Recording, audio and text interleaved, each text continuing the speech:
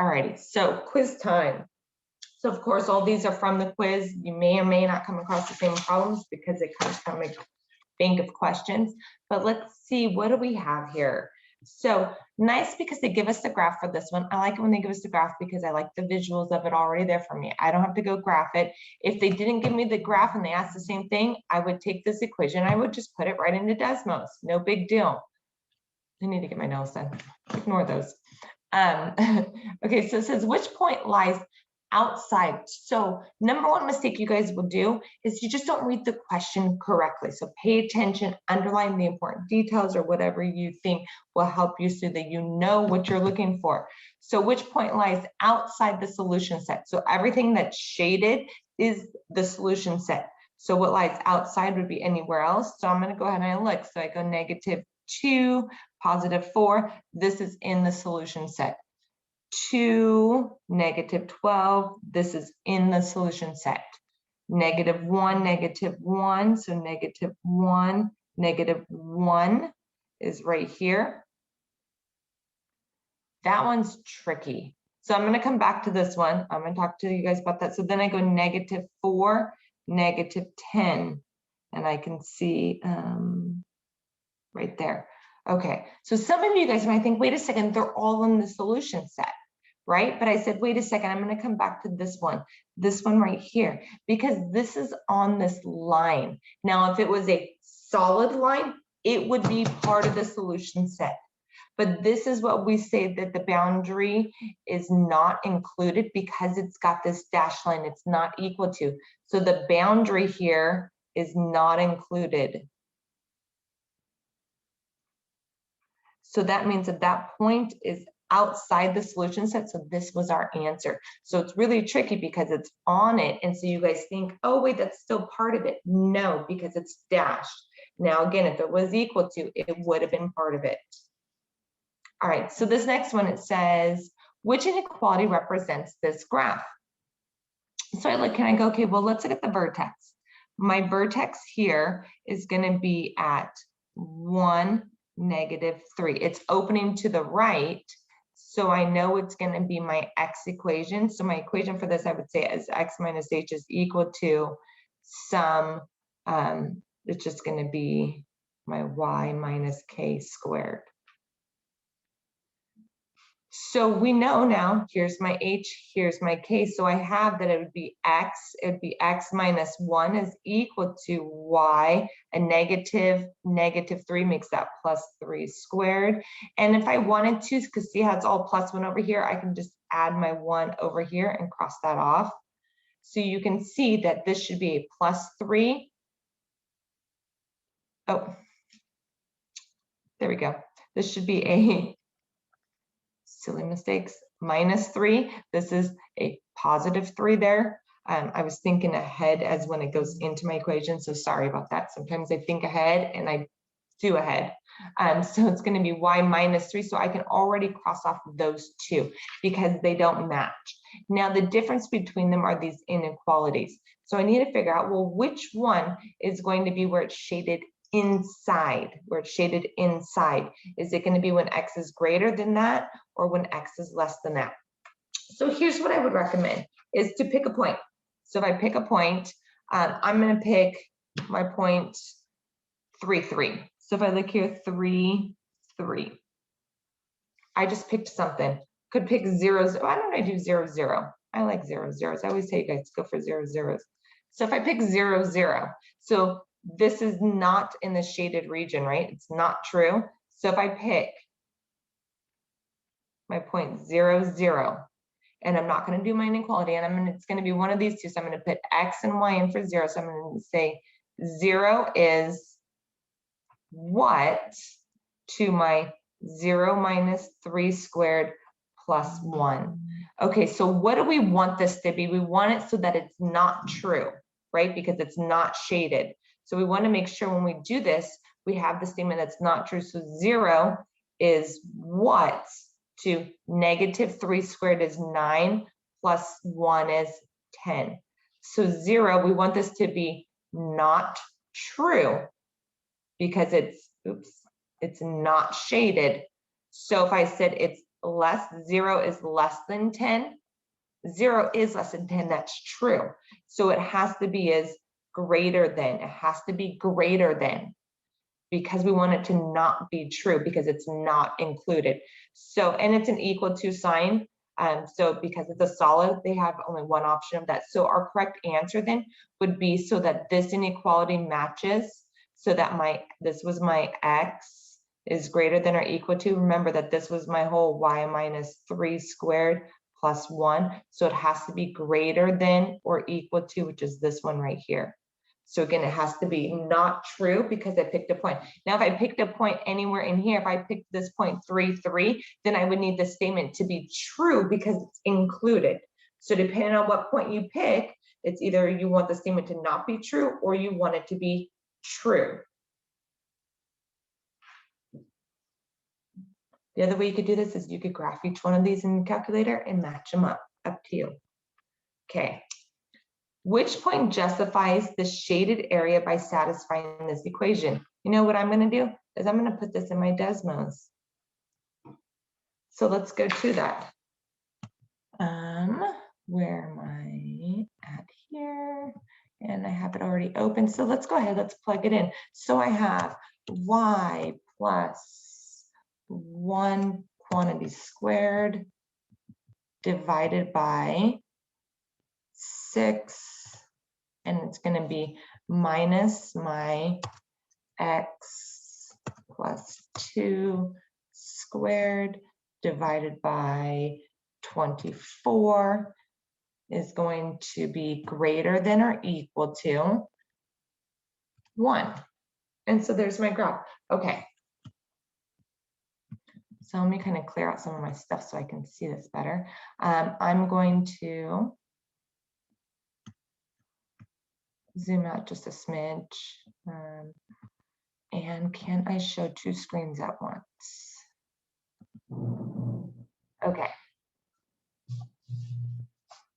I'm going to show you guys both screens at once. Just give me a second. Okay, so I want to show both at once so that you guys can see. Here's the points that I'm looking to check. So I have 12, 0. So if I look here, I'm looking at, or sorry, 12, 6, I can't even read it. So if I go here to 12, so follow where my arrow is at, that's where I'm pointing. So 12, 6, 12, 6 would be right here. So you can see that it's, I'm not trying to actually highlight that, but 12, 6 would be where my arrow is pointing. So it says it's which point justifies the shaded, is satisfied by the shading. So is this going to be inside there? Is it going to work? And the answer is no. That point where my arrow is isn't in the shaded region, so it's not valid. So if I go to -2, I'm here at -2, and I'm going to go up to +6.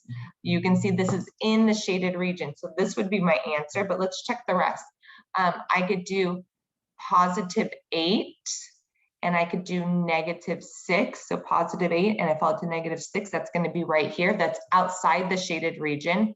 And then, of course, -1, -2 is right here, and that's also outside of the shaded region. Now, remember, on this one, if they gave us a value such as, if they told me 0 and 1.646, which is that point that's highlighted there, that would be included because it's a solid line. So that point that's on the line in this case would have been included, different than that first one. So anything that's in the shaded region, it's going to satisfy it. If it's outside, it's not going to.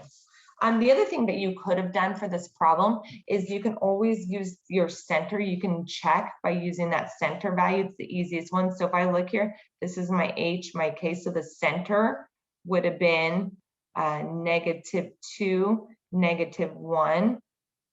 That's the easiest point to always plug in. So you could either go put it on the calculator and look, and so you can always check things. If it just said like where you're going to shade, I should say, remember, this is when we're talking about what area do we shade? Do we shade inside of it or outside? So for determining the shading, so if you're going to graph this and you want to know, do I shade inside my parabolas or do I shade outside? that's when I would want to check using my center, because it's super easy to plug in, because it would zero this out. So then it'd be a 0 greater than or equal to 1. And so 0, that's not true. So you could go ahead and use that as your, so my center would be here. So this is not true. 0 is not greater than or equal to 1. So we know that we were going to have to shade inside here. So it's just a quick test for where do I shade. So using the center to pull is a great point for testing for your circles, for your ellipses, and for your hyperbolas to see really quickly, do I shade inside or shade outside? So this one was a specific point, use Desmos. All right. So this one was actually a multiple choice, but there were so many graphs that was super long. So I'm just going to kind of talk about, like, the graphs were there for you, so you could kind of match the center and the radius. But really quickly, let's just quickly graph this. So if I have a circle, it's a circle. So my center would be at my H, my K, so it'd be at -5, 2. My radius is going to be R squared is 9, so my radius is going to be 3. So if I go to my 1, 2, 3, 4, 5, 6, 7, 8.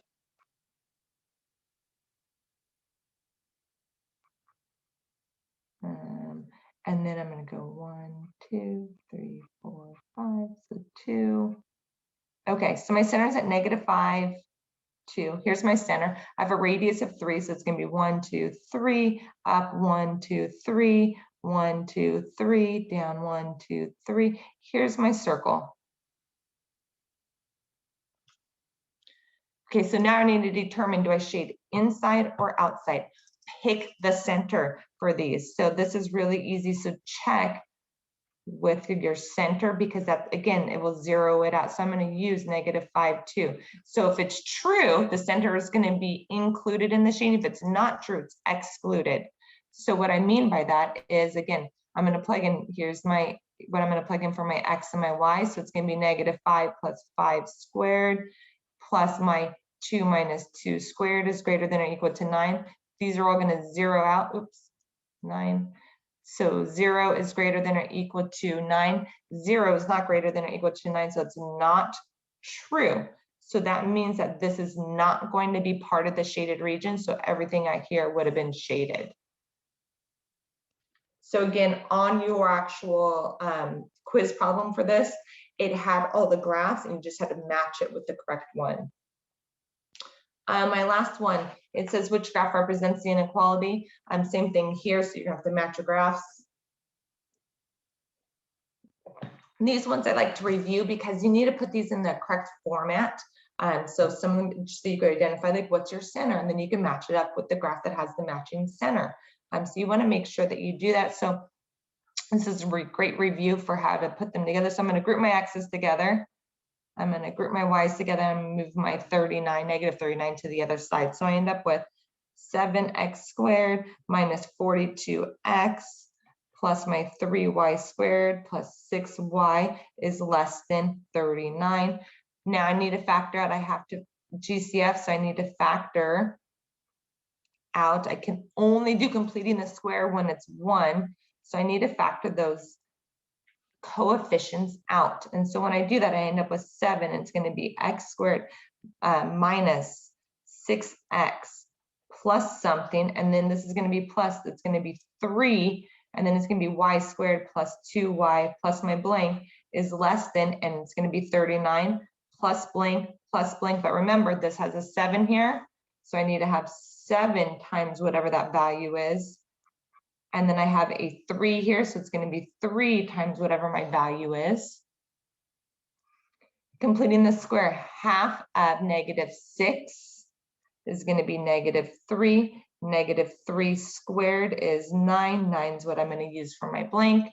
Here, half of 2 is 1. 1 squared is going to be 1, and that's what I'm going to use here for my blank.